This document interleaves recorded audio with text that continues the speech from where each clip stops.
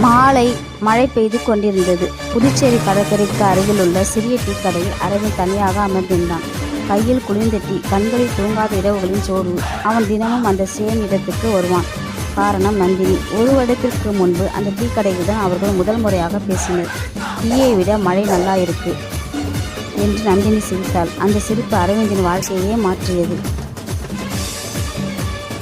சின்ன சின்ன சண்டைகள், நீண்ட ஃபோன் கால்ஸ், கடற்கரை நடைப்பயணங்கள் எல்லாமே அவனுக்கு உலகமாகிவிட்டது. ஆனால் வாழ்க்கை எப்போதும் காதலுக்கு எளிதாக பாதை போடாது. நந்தினிக்கு இதய நோய் இருப்பது தெரிய வந்த நாள் அவள் திடீரென்று அமைதியாக மாறினாள். நான் உன்னோட ஃபியூச்சராக முடியாமல் போனாள் என்று கேட்டாள். அரவிந்த் சிரித்தான். நீ இருக்கிற ஒவ்வொரு நாளும் எனக்கு வாழ்க்கை. ஆனால் சில மாதங்களுக்கு பிறகு நந்தினி அவனை தள்ளி வைக்க ஆரம்பித்தாள்.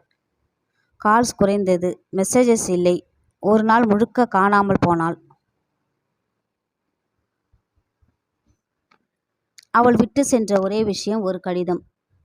நான் போயிட்டா நீ உடைந்து போகக்கூடாது. அதனால்தான் இப்பவே என்னை வெறுக்க வைக்கிறேன். அந்த நாளுக்கு பிறகு அரவிந்த் தினமும் அந்த டீ கடைக்கு வந்து அமர்ந்தான்.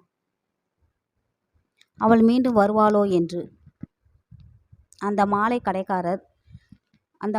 கடைக்காரர் மெதுவாக ஒரு பழைய கவரை அவனிடம் கொடுத்தார். இது நந்தினி கொடுத்தது. சரியான நேரத்தில் தர சொல்லி கைகள் நடுங்கிக் கொண்டே அரவிந்த் அதை திறந்தான்.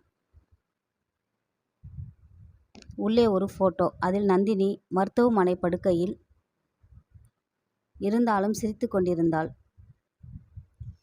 பின்புறத்தில் எழுதப்பட்டிருந்தது, நீ என்னை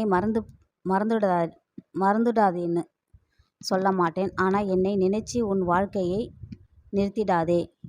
நீ சந்தோஷமாக வாழ்றது தான் என்னோட காதலுக்கு கிடைக்கிற மிகப்பெரிய சந்தோஷம், மிகப்பெரிய மரியாதை.